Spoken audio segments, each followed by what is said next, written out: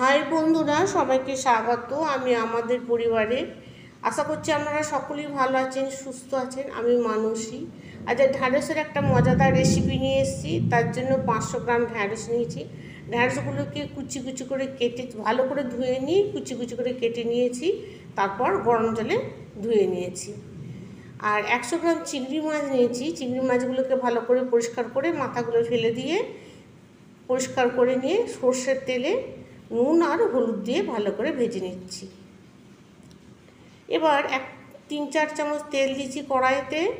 তাতে 1 চামচ জিরা, ছোট চামচে একটা শুকনো লঙ্কা ফোড়ন দিয়েছি। ফোড়নটা হয়ে গেলে একটা ছোট পেঁয়াজ গ্রেট করে দিয়ে দিচ্ছি। এতে একটু রসুন বেশি লাগবে, প্রায় 1.5 চামচ মতো রসুন দিচ্ছি। এটাও গ্রেট করে নেওয়া। রসুনটাও দিলে খেতে খুব ভালো লাগে। দেখুন ভাজা ভাজা হয়ে গেলে এবার ছোটো চামচে 1 চামচ আদা দিয়ে দেব।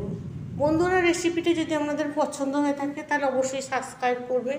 সাবস্ক্রাইব করে পাশে থাকবেন, শেয়ার করবেন, কমেন্ট করবেন আর লাইক করবেন। দেখুন ছোটো চামচে 1 চামচ আদা দিয়ে দিলাম।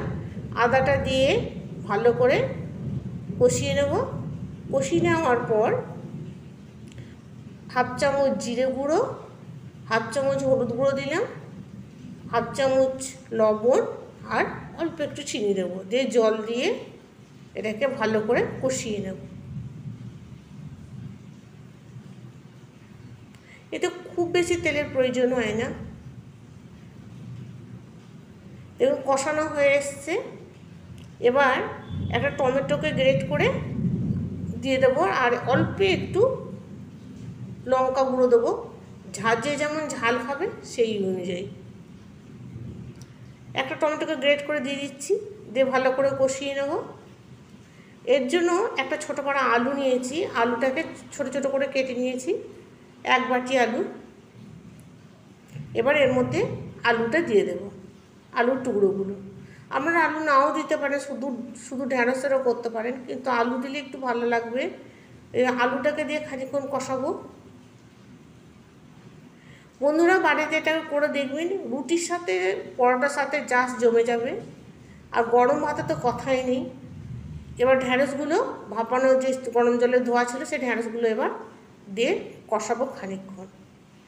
যারা ঢ্যাঁড়স খায় না তারাও খাবে, খেতে খুব সুন্দর।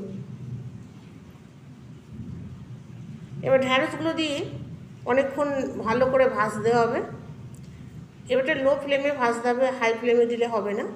আস্তে আস্তে ভাজার পর একটা থালা ঢাকা দেবো খানিকক্ষণের জন্য।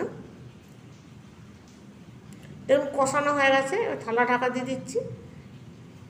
থালাটাকে মিনিট 2 রাখবো, রেখে আবার তুলে নেবো। দেখুন কতটা নরম হয়ে গেছে। ঢ্যাঁড়স তো এমনি অল্পতেই তাড়াতাড়ি সিদ্ধ হয়ে যায়, নরম। আর এগুলো কচি কচি ঢ্যাঁড়স নিতে হবে, তাহলে সুবিধে।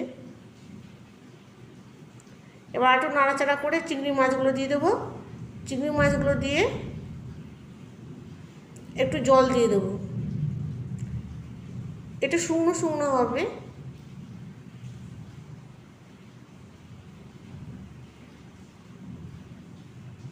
আপনারা ইচ্ছা করলে ঝোল করতে পারেন, কিন্তু ঝোল না করে এটা মাখা মাখা করলে খেতে খুব ভালো লাগে। আর একটু জল দিয়ে এবার ঢাকা দিয়ে দেবো। মিনিট 6-7-এর মধ্যে এটা গ্যাসটা কমিয়ে দিয়ে মিনিট 6-7 পর দেখুন এটা হয়ে গেছে। বন্ধুরা, বাড়িতে অবশ্যই করবেন, একবার দেখবেন। আমরা তো অনেকে করেন, একবার করে দেখবেন কতটা মজাদার লাগে। এবার ধনেপাতা দিয়ে নামিয়ে নেব। বন্ধুরা, সুস্থ থাকবেন, ভালো থাকবেন আর বাড়িতে অবশ্যই একবার করবেন। নমস্কার। কত সুন্দর লাগছে। নমস্কার।